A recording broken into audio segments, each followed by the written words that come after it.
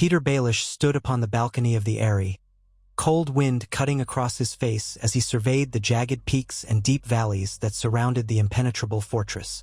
It had been some years now since he had maneuvered to position young Lord Robert Arryn as a mere piece upon his personal Cyvasse board.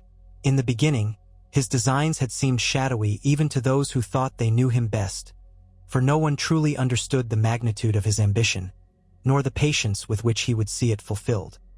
He had watched lords clash steel in the name of honor and knights ride into certain death for glory, yet he had always known he would never require the sword to conquer. Arms made enemies bristle and tremble, but gold held them all in chains. It was with gold, and gold alone, that he would place Westeros in the palm of his hand. It was not so very long ago that Petyr Baelish was but a minor lord from a negligible house on the windswept coasts of the Fingers. He had wealth enough to keep a modest estate, influence enough to gain a small measure of respect, but in the grand scheme of the Seven Kingdoms, he was a fly buzzing at the edges of the realm. And yet, time after time, he had proven that ambition and cunning could eclipse all manner of birth or name. When he served as Master of Coin under King Joffrey Baratheon, many derided him as a sneaky upstart. They whispered behind their hands that Petyr Baelish was a petty manipulator, but rarely did they acknowledge the depth of his skill or the extent of his vision. Those who did occasionally glance deeper were soon entangled in his labyrinthine nets, left pondering illusions and sleight of hand that somehow always spun out in Littlefinger's favor. He had parted ways with King's Landing in subtle triumph, leaving the crown's finances in precarious but oddly serviceable shape. The realm's coffers were effectively his tapestry to weave, its debts and loans extended and rearranged so cunningly that no one fully understood how vulnerable they were. In those days, the Iron Throne was burdened with enormous debts to the Iron Bank of Bravos, to certain Pentoshi and Myrish lenders, to the Lannisters themselves, and it was Littlefinger's orchestration that kept the entire structure from collapsing like a poorly built tower. Yet upon his departure from the royal court, Baelish had begun a plan that would lead him to a conquest of the Seven Kingdoms, though not through battles fought by knights or sellswords, but by the relentless pull of coin, interest, and debt. The first step had been the Eyrie. Securing guardianship of Lord Robert Arryn afforded him not only the Vale's strength but also the Vale's treasury, which was not inconsiderable. Lady Lisa Tully had been the puzzle piece that made it possible, and while her demise had shocked many, it had done nothing but open the path for Petyr to consolidate power. Even so, the Vale alone would never be enough. With a mere command of arms, the Vale was second only to the north in defensibility, but its lords were famously cautious. War was something they had no taste for. One might even say they loathed to fight beyond their mountain passes. And that served Petyr Baelish perfectly.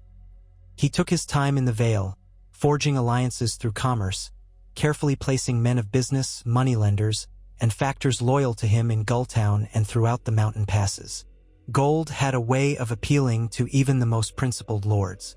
One only needed to ensure the supply was always at hand. In the aftermath of the War of the Five Kings, the people hungered for stability. They needed trade routes to be reopened and guaranteed safe passage. The small folk required salt, fish, grains, and cloth, while the lords needed silver and gold to rebuild keeps and refurbish their retinues. Petyr Baelish became the broker of all these demands, weaving transactions like a spider spins a web. To further his hold, he arranged for a series of trade monopolies. Gulltown became a central port for the import of grains from the Reach, oils from Dorne, and cheap, lesser-quality swords from Essos, shipped in such high volume that local smiths complained of being undercut. Petyr only smiled at those who took issue, for everything that happened was part of a larger mechanism. Merchants who refused to pay the fees or extortionate rates found themselves blocked by Vale Knights enforcing new safety inspections on all cargo. Those who complied with Petyr's men soon saw their profits rise. The Vale's local trade blossomed, but only because Petyr Baelish allowed it. He put the right men in place, advanced credit to the correct merchants, and in short order gained an iron grip on the Vale's commerce. Yet this was a mere stepping stone. The truly ambitious stage of his plan relied upon more than a single region.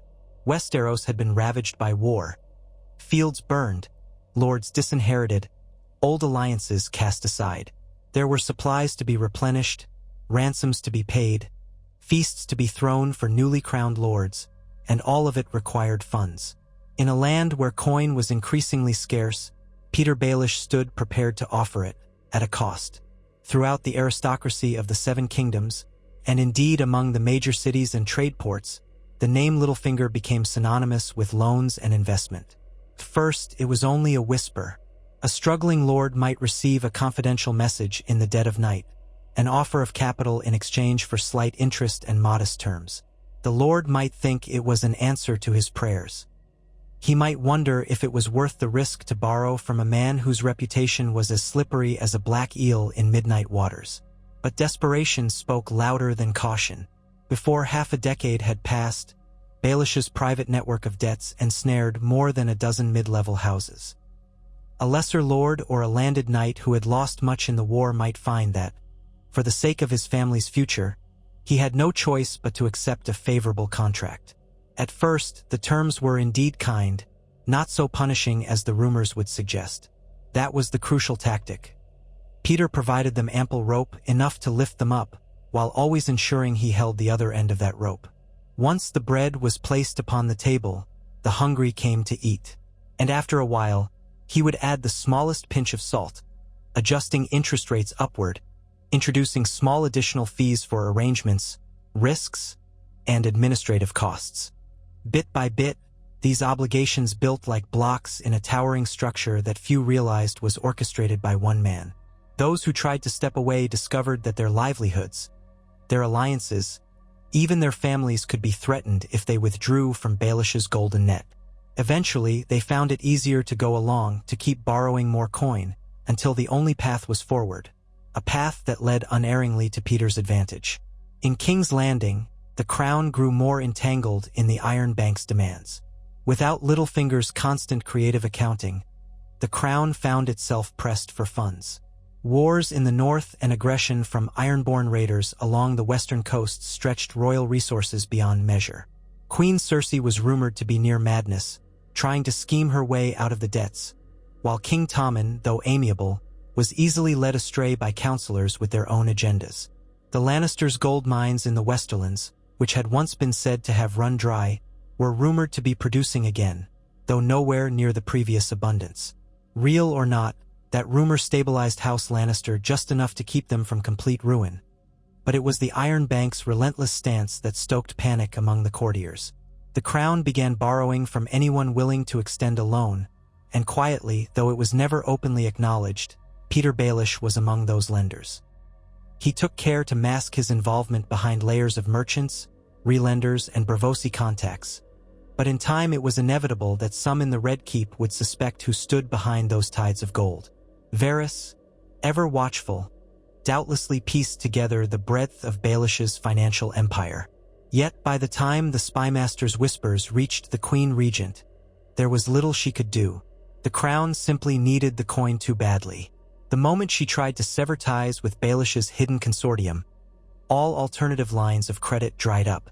Shipments of grain and arms were delayed in ports, and the meager taxes from war-torn regions were siphoned away by local lords who had themselves become indebted to Petyr.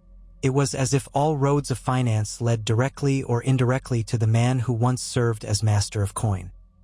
Cersei found herself in the humiliating position of having to accept that her realm's stability hinged on continuing to pay interest to Littlefinger's disguised network. Worse yet, she could never pin him down legally. On paper, it was a labyrinth of holding companies and foreign guilds, each operating independently. It might take an army of bookkeepers years to disentangle the connections. Who had the time or the resources for that, especially when the realm threatened to erupt at any moment? Of course, Littlefinger had no intention of allowing Westeros to erupt again. He needed peace, or at least relative calm, for trade to thrive and commerce to flourish. With fresh conflict, the profits of arms dealing could only go so far. Petyr preferred the long game, a steady accumulation of power through debt, influence, and unstoppable financial infiltration. So, though he did not entirely muzzle the seeds of discord, he carefully manipulated them, ensuring that no single faction would grow too strong. The Iron Islands under King Euron Greyjoy threatened the western coasts, plundering trade ships, but only to a degree that kept the crown anxious and needing mercantile navies for defense. Navies funded by guess who?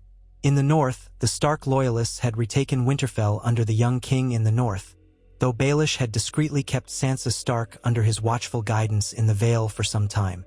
Over the years, that dynamic changed as the family stabilized, but not before Baelish negotiated several key trade deals for grain and goods passing through White Harbor. If the North wanted to rebuild its roads and gather the harvest from new farmland, it had to pay out of coffers that were shockingly low after the war. So once more, the lines of credit from the Vale extended, bit by bit. Each coin minted in the North carried Petyr's silent claim. In the Reach, House Tyrell still commanded vast fields and bountiful harvests, though the region's power had been undercut by the losses of Lord Mace Tyrell and the diminishing influence of Lady Olenna in the capital. Even so, Highgarden remained wealthy and cunning. If anyone could spot Baelish's designs, it might have been Lady Olenna. But as fate would have it, she was older, more withdrawn, still sharp in her mind but beset by grief and seeking only to safeguard what remained of her family. She recognized the creeping vines of Petyr's influence, but found her region's entanglement with him impossible to fully cut. Highgarden was forced to play a delicate dance, feeding both King's Landing and the Vale, uncertain of how deep Baelish's roots went. When the Tyrells tried to negotiate shipping agreements with Dorne, they discovered that the vessels had already been contracted by a Pentoshi merchant consortium intimately tied to Littlefinger. If the Tyrells wanted to ship their harvest in a timely manner, they would have to renegotiate for a price. Such was Baelish's influence that it spread beyond Westeros. In Essos, he quietly invested in a network of trading posts, paying bribes to pirate lords to stay clear of his ships while harassing rivals who did not sail under his banner. The Iron Bank, though proud, found itself facing competition from a rising new lender based out of Braavos and Lys, both eventually revealed to be financed, in part, by Baelish's gold. Soon, the mighty Iron Bank realized that for all its centuries of prestige, it had a formidable competitor that seemed to read the market as though it were a game board and anticipate every shift. Quiet emissaries from the Iron Bank met with Petyr in neutral locations to discuss mutual interests. He played them like a harp, gracefully accepting small deals and extending others, always leaving them unsure who truly gained the advantage. By the time the Iron Bank attempted to truly strike back, Baelish had already diversified his fortunes so that no single blow could damage his core empire. He had hidden caches of coin, priceless objects, and shipments of rare luxuries distributed across the narrow sea. They could clamp down on one route, only to discover that Baelish had 6 more funneling profits into his coffers. Back in the Vale, Lord Robert Arryn was growing older, but still ill-suited to rule. He was sickly and prone to fits of shaking. Some of the lords hoped that a cure might be found or that, by the grace of the Seven, he would suddenly show some true capacity for governance. Baelish knew better. He lavished the boy with all manner of amusements: falcons, sweets, minstrels, anything to keep him pliant and out of the way. Robert was but a symbol, a figure for the Vale's lords to rally around when needed, but the true power lay with Petyr Baelish. His greatest challenge was not dealing with the lords, though. It was ensuring no outside force threatened his hold while he set the final stage of his grand design. For that, he knew he needed more than wealth. He needed some measure of legitimacy. He needed the kind of power that a small, poor Lord of the Fingers could never hope to claim, no matter how rich he became. And so, he began to plot a new arrangement, an alliance by marriage or betrothal that could tie him to a great house. He had once aimed to wed Sansa Stark to Harry the Heir, forging a claim on the Vale. Now his ambition soared even higher. Rumors spread that Littlefinger was courting a possible match with Myrcella Baratheon, who had been shipped to Dorne and returned older, more shrewd, and carrying the Lannister cunning in her veins, or that he was seeking a union with one of the Tyrell cousins. Still others whispered he would try to claim Sansa Stark for himself. In truth, Baelish kept all his options open. He dined with Dornish envoys, flirted with Myrish princesses of commerce, and gave meaningful smiles to ladies of the Westerlands, each conversation laced with hints of prosperity and mutual gain. The greatest question was always whether he could charm the powers that be into giving him such a match. But lords who might normally recoil at the thought of wedding their daughters to a man of low birth might change their tune when that man controlled their very finances. Petyr knew that if the golden dragon of House Targaryen once commanded fear throughout Westeros, his golden debt could do the same in a more insidious way. As the seasons turned, subtle shifts took place in each region of Westeros. The Riverlands, still ravaged, began to see an influx of traveling merchants who brought building materials and coin, offering the local lords a chance to reconstruct their broken castles. Those traveling merchants were financed by Baelish, though the riverlords themselves believed they were simply engaging in normal trade. They borrowed heavily to refurbish their keeps, feed their hungry peasants, and sow new crops. And so, the Riverlands came under Littlefinger's quiet shadow. In the Westerlands, the Lannisters fought tooth and nail to restore their prestige. Kevan Lannister, guiding young Tommen, tried to pass new taxes to pay off the crown's debts. Those taxes bled the small folk who, in turn, could barely pay their lords. The local gold mines faltered. So, many of the lesser Lannister bannermen found themselves forced to take loans to maintain their retinues and fields. The lenders, a Braavosi-Lysene consortium, managed by none other than Littlefinger's proxies. In the north, the winter snows were heavy, but rebuilding was in progress. Lord Stark had the love of his people, but love did not pay for the roads, the supplies, the watchtowers required to keep out wildlings or remnants of White Walkers. Once again, the northern lords learned that if they wanted southern goods, they had to pay or borrow from an ever-narrowing pool of lenders, all of which led to the same spider in the center of the web. 7 years passed. 7 years of delicate maneuvering, expansions in shipping, the rise of new connections with Dorne, the strangulation of certain families that threatened to undermine the system, and the quiet, inexorable growth of Baelish's empire. By the 8th year, there was hardly a major house that was not at least partially indebted to him, directly or indirectly. Some, of course, still had enough wealth to stand independently, but even they found it increasingly difficult to do business without at least acknowledging the presence of Littlefinger's trade networks. He was the invisible power behind 1,000 coins, the hidden hand that balanced ledgers across the 7 kingdoms. It was in that 8th year that Petyr Baelish struck the next blow in his plan. He summoned representatives from each major region to the Eyrie under the pretense of discussing trade treaties. Lords arrived with some curiosity, uncertain why the Vale should host such an event. But Baelish assured them all that this was a chance to stabilize commerce after the war-torn years.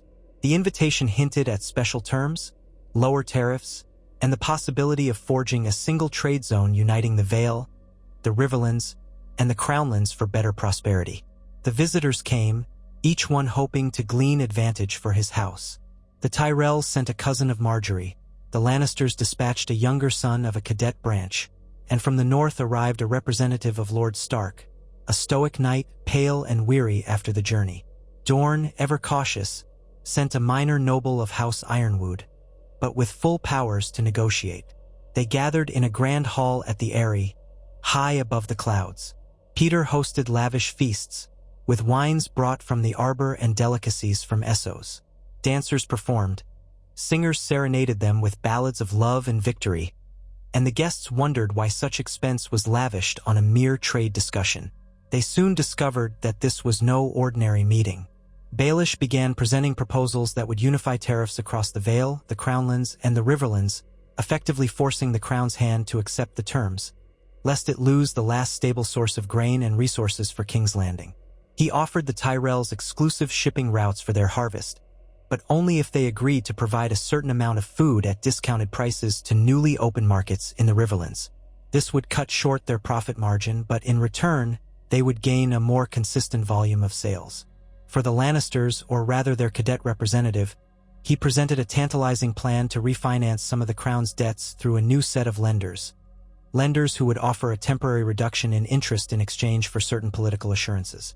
And those assurances, in time, would give Petyr Baelish de facto control of the Crown's finances. The northern envoy found the proposals less appealing, for the north had little to gain in direct trade with the Vale's mountainous terrain. But Baelish had a separate arrangement for the north, loans for rebuilding roads and fortifications at an interest rate far more favorable than any available from the Iron Bank or from King's Landing. To the Dornish, Petyr offered preferential access to the Vale's sea routes for importing their wine and spices to the interior of the continent, effectively bypassing the tyranny of shipping through King's Landing or the Stormlands. Each region saw a measure of advantage, conditional, of course, on acceptance of Baelish's terms. And the terms were as intricate as a tapestry, each thread intertwining with another, so that the removal of one piece might unravel the entire deal. At first, the negotiations were tense.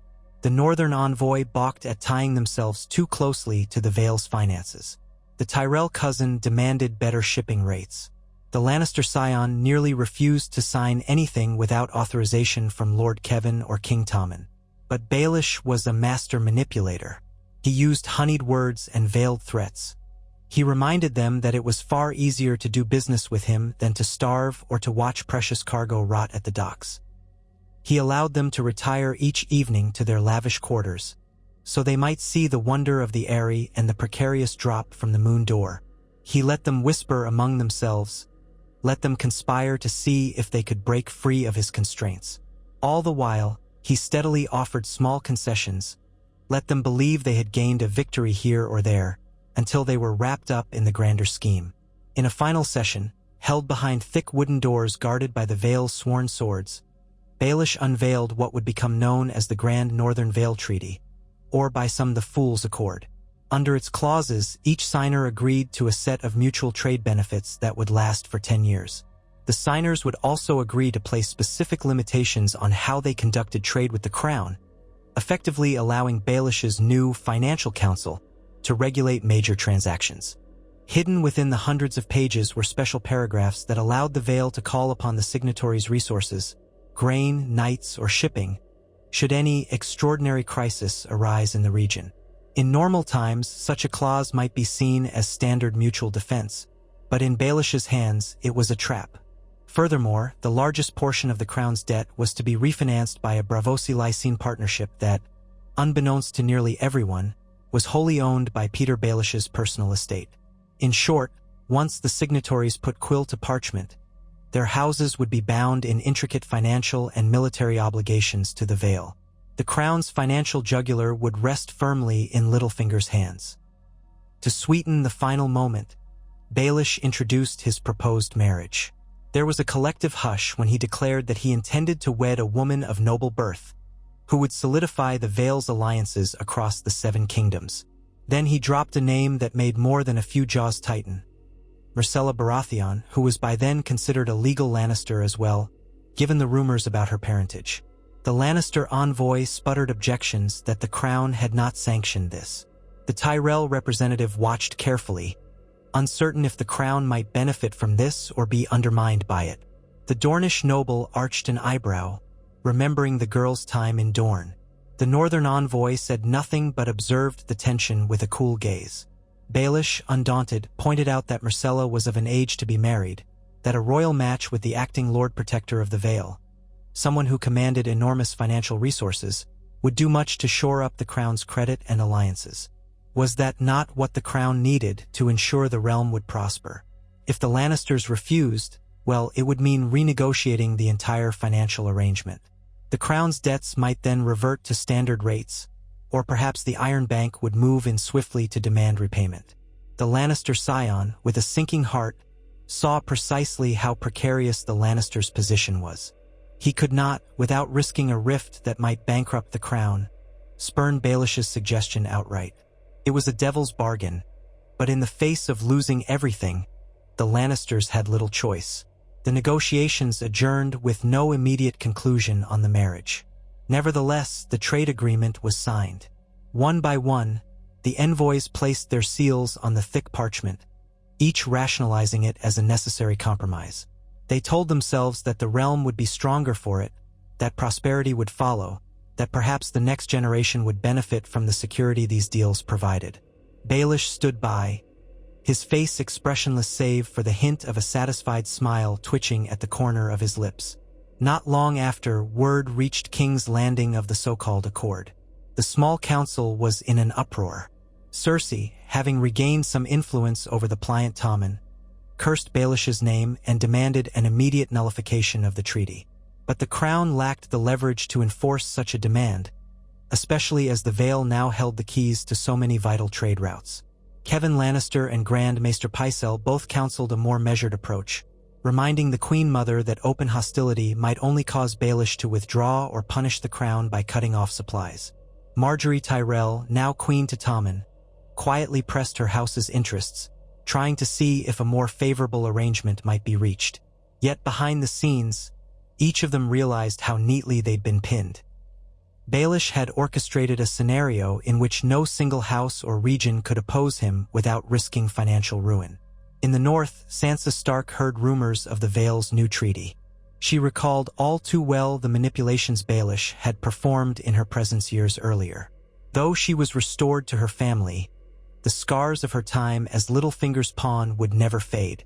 She told Jon, newly titled king in the north, that Baelish was not to be trusted. She suspected a new play for absolute power. Jon, for all his honor, was more man of the sword than the coin. He recognized the threat but lacked the means to combat it. Northern steel could fight Southern knights, but not interest rates, not the intangible force of credit and trade that kept the north supplied. Perhaps he could refuse Baelish, but the new roads and finished towers in the north had been financed through lines of credit that, if called due immediately, could bankrupt half the houses still struggling to recover from the wars. They had barely enough coin to pay their own men. The months rolled on, and in that time, the matter of Myrcella's marriage came to a head.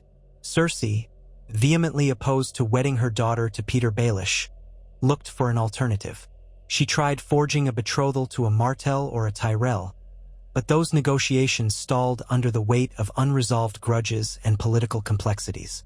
She had the notion of sending Myrcella across the sea to be wed to a Volantene noble, but that too came to nothing when Baelish quietly pulled strings with his partners in Volantis, ensuring they would not accept the match. At last, cornered on all sides, the Lannisters realized that allowing Myrcella to be wed to Baelish might be the only way to stave off immediate financial catastrophe. Rumors swirled that the wedding might be set at the Great September of Baelor, a grand demonstration of the new union between the Vale and the Crown.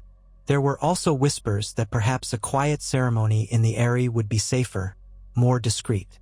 Either way, the news traveled like wildfire. Petyr Baelish, Lord Protector of the Vale, was on the cusp of marrying into the royal family, legitimizing his status beyond measure. When word reached the major houses of Westeros, reactions varied from stunned disbelief to simmering fury. The old guard, those who prized blood and lineage above all else, considered this an abomination. A man of such low birth, though acknowledged as a lord, was unworthy of a Lannister princess. Others, more pragmatic, saw the logic. Gold was the lifeblood of power, and Baelish now commanded a river of gold that had grown into a flood. Myrcella was reportedly uneasy about the match, but she had been taught the ways of courtly duty. She knew that her mother and uncle were deeply entangled in Baelish's obligations, and that she might have a role to play in saving the crown. Tommen, gentle soul that he was, tried to comfort his sister. Margaery kept a careful eye on events, suspecting that Baelish's ambitions might not end with Myrcella's hand. In the Vale itself, the lords began to realize the scope of Baelish's next step. Once wed to Myrcella, he would have an unshakable bond to the crown. If something unfortunate happened to King Tommen, or if Tommen remained childless and Myrcella's claim rose in priority, Baelish might well become the consort of a queen of Westeros. That revelation sent a chill through even the most loyal of the Vale's lords, for they realized that the man who effectively governed them might soon govern all the Seven Kingdoms in everything but name. Some of them attempted to conspire, to see if there was a way to remove Baelish before it was too late. But he had always been 2 steps ahead.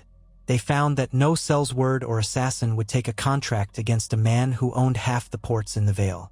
They discovered that any attempt to accuse him of treason fell on deaf ears, as the crown was already compromised by his gold. And so they sat powerless as the wedding approached. The ceremony was eventually set to take place at the Great September of Baelor, after enough negotiations and assurances were made that Baelish would not undermine the crown's authority outright. Security was tight. The Faith Militant had been disbanded years before, but the High Sparrow's memory left the populace wary of grand ceremonies. The Lannister guards stood beside the city watch to ensure no violence erupted. Baelish arrived with a small retinue of Vale Knights, each paid handsomely and utterly loyal. When Myrcella walked up the Seps aisle, she wore robes of gold and green, symbolic of her mixed Lannister-Baratheon heritage and newly minted tie to House Baelish of the Fingers. The sept was not as full as might be expected for a royal wedding.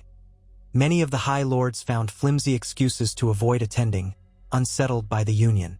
But those with pressing debts, or those dependent on Baelish's favor, attended with plastered smiles, offering polite applause. The High Septon pronounced them man and wife. There were no cheers of rapture, but also no open jeers. Myrcella, eyes downcast, said her vows with practiced grace. Baelish, wearing a half-smile, a gray velvet doublet embroidered with the mockingbird sigil, placed a slender gold band on her finger, the gemstones set in it rumored to be from the mines he had acquired in the Stormlands. The moment their vows were complete, it felt as though a silent wave rippled across the realm. The unthinkable had happened. Petyr Baelish was now, by marriage, part of the royal family. In the days that followed, he leveraged his new station to accelerate his plans. With Myrcella at his side, he traveled to Casterly Rock to meet with the Lannisters. There, he offered to renegotiate some of the crown's debts yet again, this time with more lenient terms, on the condition that House Lannister publicly recognize him as the king's ally and that Tommen sign a royal decree naming Petyr as the official financial protector of the realm. The Lannisters, their finances still shaky, had no choice but to comply. A royal decree was soon dispatched, declaring that Petyr Baelish had the authority to oversee the crown's financial dealings across Westeros and Essos. The short-sighted might see this as a mere bureaucratic appointment, but those who understood the situation realized it was effectively ceding control of all major economic decisions to Baelish. In the north, discontent brewed. Lords began to grumble that a southern upstart was, in effect, wresting control from the king in the north. Some urged Jon Stark, who many still called Jon Snow out of habit, to march south and dethrone the new power rising in King's Landing. But they lacked unity of purpose. Some owed too much coin to Vale financiers and worried that if they rebelled, their debts would be called in immediately, leading to ruin. Others dreaded the idea of open war, remembering how the last major conflict had devastated their lands. And so, angry though they were, the North did nothing but complain. In the Reach, the Tyrells weighed their options. They still had enough wealth and farmland to stand partially apart, but they had signed that treaty in the Eyrie. Already, caravans full of Tyrell grain were traveling under Baelish's shipping terms, paying him percentages at every turn. They watched in frustration as more and more coin funneled into his pockets. Some lower lords muttered that it would be better to ally with the Dornish to overthrow him. But Baelish had also fostered ties with Dorne. The Martells had not forgotten Oberyn's death and the injustices inflicted upon their family, but they were not so foolish as to wage war without a chance of success. Baelish had offered them better trade terms, reminding them that a ruinous conflict would only deepen their losses. The Queen of Thorns, Lady Olenna, might have been the only one bold and cunning enough to challenge Baelish, but her advanced age and the sorrow of losing so many grandchildren had tempered her appetite for the game. Besides, Baelish had grown too powerful. So it was that a new age dawned in King's Landing, not through the sound of horns or the march of armies, but the silent weight of ledgers and coins shifting from one chest to another. The small folk quickly felt the difference. Taxes were rearranged under Baelish's guidance, sometimes lowered on bread but raised on ale, sometimes relaxed in the Crownlands but hiked in the Stormlands. Guilds found new fees placed upon them, while unscrupulous lenders were chased out of the city by gold cloaks carrying royal warrants from Baelish's desk. There were fewer homeless orphans on the streets, for Baelish funded a number of small philanthropic endeavors, soup kitchens and orphanages, knowing it gained him favor with the masses. The average person saw subtle improvements, fewer random acts of violence, a steadier supply of food. They did not know or care that behind it all was a cunning lord ensuring that every convenience, every morsel of bread, was part of a grand strategy to keep the realm dependent on him. Baelish himself rarely spent much time in the Red Keep. He preferred to move between the Eyrie, Harrenhal, by then entailed to him after a string of legal maneuverings, and other keeps that had fallen into his possession through defaulted debts. On paper, they were each administered by different puppet lords or stewards, but effectively, he controlled them. The optics were important. He did not wish to seem too power-hungry by stationing himself in the capital. Far better to appear aloof, letting King Tommen reign from the Iron Throne. When the king was forced to sign royal orders or decrees that Baelish prepared, everyone understood that refusal was not an option. The crown had become a puppet of finance. The High Septon and many of the faithful grew increasingly concerned. Rumor had it that Baelish was quietly funneling funds to the Red Priests of R'hllor, financing temples in Essos that gave him yet another seat of influence. Some in the faith worried that he might eventually turn the realm away from the Seven. Others said it was mere business. Whatever the truth, the faith had little power to oppose him, especially after the fiascos of recent years. They could preach about the sins of greed and avarice, but it could not match the unstoppable tide of coin. Perhaps the most significant shift occurred when Baelish began appointing his own officials across the Seven Kingdoms. He took advantage of the crown's right to name certain positions: keepers of ports, royal tax collectors, inspectors of gold mines, positions often sold to the highest bidder. But with Baelish at the helm, these positions were sold only to those loyal to him or those who would perpetuate his system. In many cases, he would waive the initial fee, granting these positions at no cost, provided the officials pledged personal loyalty and returned a share of their revenue to his coffers. Those who refused found themselves outbid by men with deeper purses or discovered that their families' debts were called in. Soon, across the realm, local administration was thick with Baelish's men, ensuring that any disruptions to his grand design were swiftly squashed. The months turned to years. King Tommen grew older, but remained overshadowed by Queen Marjorie's ambitions and Baelish's unyielding presence. Cersei, growing bitter with age, had lost much of her power, though she still roamed the Red Keep, pouring scorn upon any who crossed her path. Myrcella dutifully bore Baelish a son, who was given the name Petyr Lannister Baelish, a child who might one day hold claims to the Vale, to the crown, and who knew what else. This new scion was reared in wealth and comfort, his every breath reminding the realm that a new lineage was forming. Despite the creeping gloom among the old blood, many across Westeros saw this era as a blessing. The roads were safer, the fields grew, and trade routes flourished.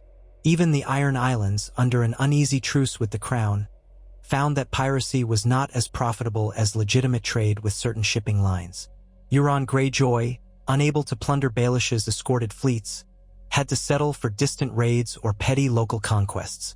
Each day that passed saw Baelish's system tighten around the realm like a velvet garrote, soft, almost comforting, until it was too late to breathe. Eventually, a crisis arose in the Stormlands. House Baratheon, diminished by the war, had a cadet branch in control after Stannis' defeat. Lord Beric Penrose, the new guardian of Storm's End, discovered that the storied fortress needed major repairs, or risked a partial collapse of some outer walls. The cost of such repairs was staggering, and the Crown was in no hurry to provide direct funding. Lord Penrose applied to the Iron Bank, but they refused, suspecting that Baelish's web would entangle them. Left with no choice, Penrose approached the Crown's new financial protector. Baelish accepted the request on the condition that Storm's End come under a partial lien, meaning if the Baratheon cadet line defaulted on the loan, the property itself might revert to the lender. Shocked though Penrose was, he recognized that letting the walls collapse would be an even greater dishonor. So he signed the agreement, borrowing enough gold to restore the fortress. Construction began, employing hundreds of laborers. 6 months into the project, labor disputes arose, with the workers demanding higher wages. Baelish's representatives seized the opportunity to increase the total loan, citing unforeseen complications.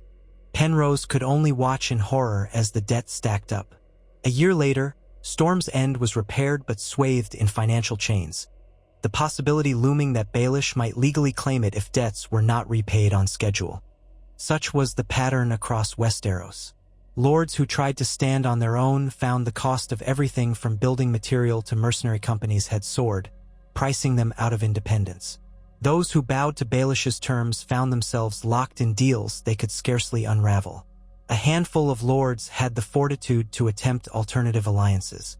Some looked to the Targaryen girl in Essos, Daenerys Stormborn, if rumors were to be believed, who commanded dragons and had begun forging her own path. But that spark of hope was dampened when, after a brief conflict in Slaver's Bay, Daenerys turned her attention inward, trying to stabilize the cities she had conquered. She needed funds to maintain her armies, to rebuild a shattered region, which meant loans. Once more, Baelish's Braavosi partners were there, offering to help. If and when Daenerys Targaryen sailed for Westeros, it would be with ships partially financed by the same man she might hope to overthrow. The irony was not lost on certain astute observers, but there was little to be done. The game had been rigged from the moment Petyr Baelish set his vision upon total financial dominance. Over time, murmurs of rebellion spread here and there. A Tarly or two in the Reach, a few Northmen who questioned the wisdom of letting a cunning upstart bleed them dry. But these flames never took root. Baelish had countless ways to quench dissent. He might impose crushing interest on the rebels, freezing their trade. Or he might pay local sellswords to cause trouble in their lands, forcing them to turn inward to solve internal issues. In some cases, he simply hired assassins from the free cities to quietly remove a vocal threat, though he was judicious in using such methods, preferring that his enemies hang themselves with their own debts. Gradually, the realm sank deeper into his thrall. What then of Sansa Stark, the girl who had once looked upon Petyr Baelish with both fear and reluctant gratitude? She was in Winterfell, newly married to a northern lord loyal to her family, still carrying the knowledge of Baelish's cunning. At times, she conferred with her sister Arya, a woman grown lethal from her journeys, and with Bran, whose powers of sight had awakened. They debated if the realm could be freed from Baelish's golden chains. Bran spoke cryptically, saying that the realm was entwined in a tapestry of debts that could not be cut easily. Arya argued that a knife in the dark might solve the problem, slay Baelish, and the head of the beast would be removed. But Sansa, wiser now, knew the web was too vast. Slaying Baelish might ignite chaos. The Vale would descend upon them in retribution. The crown would demand vengeance. Trade routes would collapse, and the small folk might blame the North for the famine that could follow. They were cornered. The Starks, like everyone else, had become pawns in Littlefinger's game. As the years went by and Baelish solidified his hold, the final puzzle piece fell into place. King Tommen died, whether by a sudden illness, an assassination orchestrated by an unknown hand, or simply the cruelties of fate. The boy passed without an heir. Margaery Tyrell returned to Highgarden. The Lannisters rallied to secure Cersei's position, but under Westerosi law and tradition, the next in line could be Myrcella, if recognized as King Tommen's legitimate sibling. The crown had never fully legitimized her claim, in large part because of the rumors regarding her parentage. But with Tommen gone, the realm faced uncertainty. Would the lords of Westeros accept Myrcella as queen? If they did, she would rule alongside Petyr Baelish, who was her husband. His son by Myrcella might then inherit the Iron Throne by direct line. In effect, House Baelish would supplant House Baratheon. House Lannister, ironically, would be overshadowed, no matter how they contorted the line of succession. A hastily convened Grand Council in King's Landing sought to resolve the matter of succession. The Tyrells put forward a claim through Margaery, but it was shaky. The Martells had partial claims through various marriages, but they were not pressing them strongly. Some whispered that Gendry, a bastard son of Robert Baratheon, might be propped up as a figurehead. But Gendry lacked both the status and a strong political network. The crown's finances were now so beholden to Baelish that the lords found themselves cornered. If they named a ruler opposed to him, Baelish would simply call in debts and bring the realm to its knees. The threat was implicit, never stated outright, but all the lords knew it. And so, with reluctance, they recognized Myrcella's claim, naming her Queen of the Seven Kingdoms. She took the throne wearing black and gold robes, her face solemn, as Baelish stood by her side in a fine doublet of dark velvet, the mockingbird sigil glinting in subtle gold thread. The Iron Throne, that brutal seat of swords, now bore the occupant who was arguably the most widely recognized puppet of Petyr Baelish. Yet, in the eyes of the law, she was the rightful monarch. With Myrcella's coronation, Baelish's influence became nigh absolute. He did not name himself king consort immediately, perhaps to avoid scandal, but the effect was the same.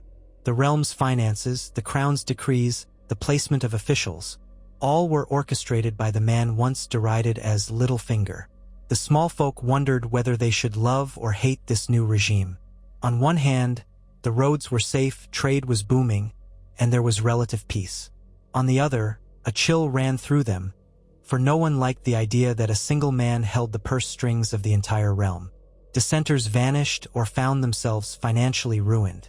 Gold and prosperity came at a price, one that not all were willing to pay. But they had no champion to rally behind. No one dared face the labyrinth of Baelish's hold. And so a new era began in Westeros, marked not by the clash of steel or the roar of dragons, but by the relentless power of coin. Petyr Baelish had conquered the 7 kingdoms without raising an army in open warfare. Instead, he used cunning so profound that it paralyzed even the mightiest houses. He had married into the royal family, shaped trade and finance until no one could move without crossing him. Lords who prided themselves on martial valor could only stand idle. He was the spider at the center of a web that stretched from Sunspear to the Wall, from Pike to the Stepstones, and across the narrow sea to Bravos, Pentos, and Lys. He was as unstoppable as the tide, for every time someone tried to block one route, the gold simply flowed through another. When at last the final shift occurred, when Myrcella bore him a daughter who might inherit the crown's claim, there were some who whispered that this was the moment to strike. Perhaps if enough lords united, they could overthrow him. But the thought only lived in whispers, never in open discussion. Each lord looked around to see who might join the cause, only to find that fear or debt stayed every hand. The memory of the War of the 5 Kings was fresh enough, the devastation of armies crossing the land too real. Peace, even a peace under the rule of a man they did not love, was better than the ravages of another war. The realm, battered and exhausted, had chosen the golden cage over the uncertain freedom of bloodshed. Baelish, from his vantage point, understood that total control would eventually breed resentment. So he offered small tokens of freedom, occasionally lowering taxes, funding a grand tourney in King's Landing to celebrate his wife's name day, allowing local lords to keep more revenue in good harvest years. Such measures kept morale high enough that no broad uprising formed. The cynics muttered that he was a more cunning tyrant than any who had wielded a sword. The loyalists retorted that at least Baelish's rule brought prosperity. If that prosperity was built on invisible chains, well, better that than the fires of war. Year by year, House Baelish's power grew, merging with what remained of House Lannister's legacy through Myrcella and her children. The Vale, once so reluctant to join any southern conflict, became the heart of the new order, a bastion of trade and finance that overshadowed King's Landing in practical might. Baelish had not forgotten his origins. He still stylized himself as a modest lord of the Fingers, even as men addressed him in hushed tones as Lord Protector of the Realm or Master of Coin and King's Hand. He was neither officially, and yet he was both in all but name. In the end, the dream of many a lord or king had come to pass. The 7 kingdoms were united under a single power. But it was not a Targaryen with dragons, not a Baratheon with a warhammer, nor a Stark with the loyalty of the North, nor even a Lannister with a mountain of gold. It was Petyr Baelish, Littlefinger, holding them all in the palm of his hand by means of the one weapon more devastating than wildfire or dragonfire: debt. And as the years pressed on, the realm wondered whether anyone could escape those shackles or if this was simply the natural evolution of power, no more than a Game of Thrones whose ultimate victor was not the strongest nor the most noble, but the cleverest player who never showed his full hand. The small folk told tales of this cunning lord who rose from a minor house to become the most influential figure in the 7 kingdoms. They sang ballads of the mockingbird's gold and the silver-tongued lord. Many never saw his face, never knew the mild voice that spoke with measured courtesy, the calculating mind that planned a dozen steps ahead, or the flicker of triumph in his gray-green eyes when an opponent realized too late that the game was lost. But whether they saw him or not, They felt his presence in every coin, every shop, every tax. The lords remembered a time when they might wage war to seize the throne, but war was expensive, and Baelish owned the coffers they would need to fill for any campaign. Thus did Petyr Baelish conquer Westeros, not with the shriek of ravens heralding doom, but the silent shuffling of ledgers recording debts, not with swords clashing, but with quills scratching parchment.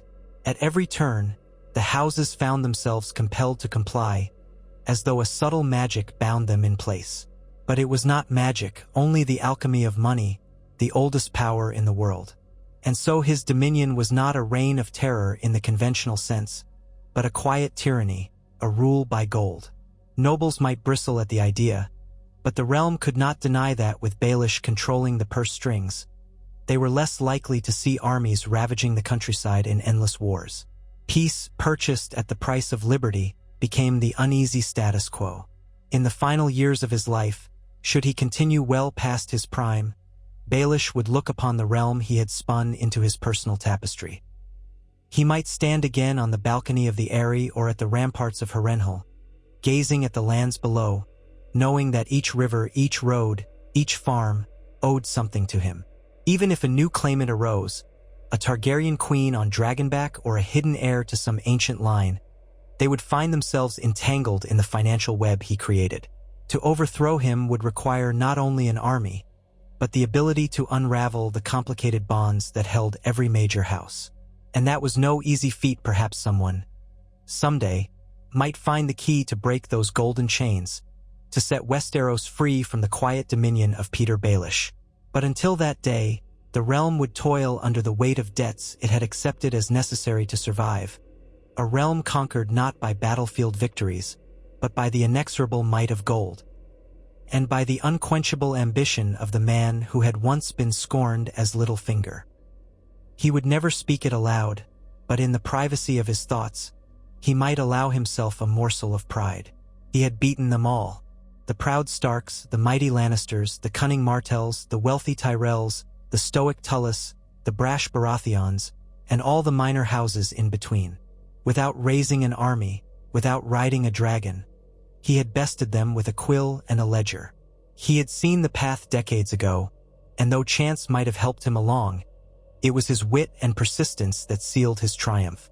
Some might call it diabolical, others would label it genius. For Petyr Baelish, it was simply the logical conclusion of the grand Game of Thrones.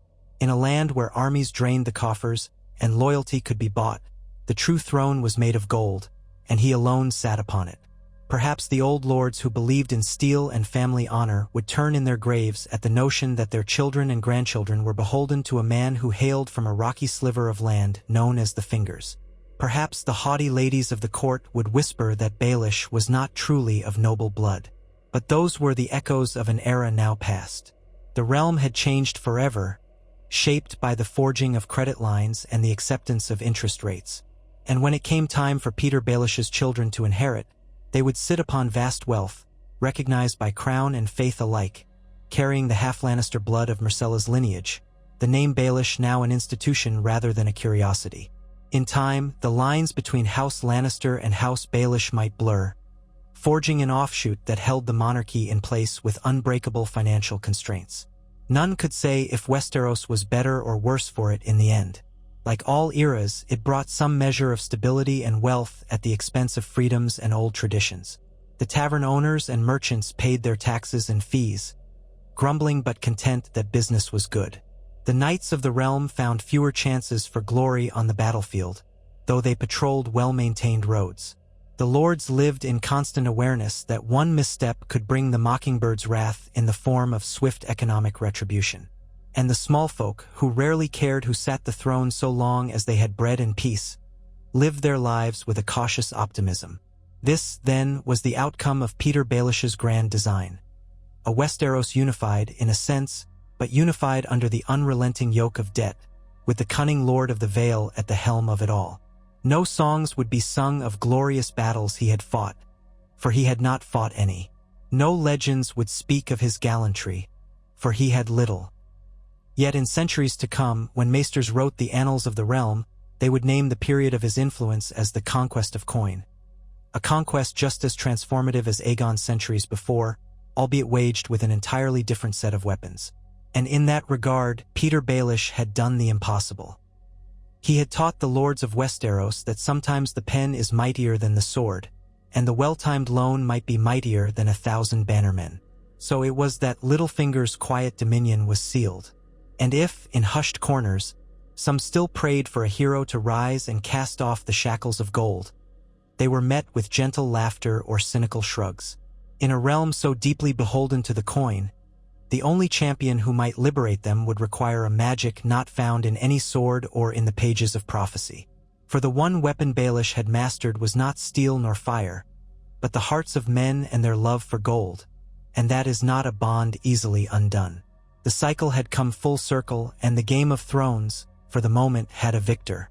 There, in the sumptuous halls paid for by the labors of an entire realm, stood the man who had once been a humble boy from the Fingers, savoring his triumph with a measured smile and a calculating gaze, every inch the conqueror without an army. The Mockingbird's sword where dragons and direwolves had fallen, and the 7 kingdoms bowed, not before a crown or a sigil, but before the power of a single man's unstoppable ambition.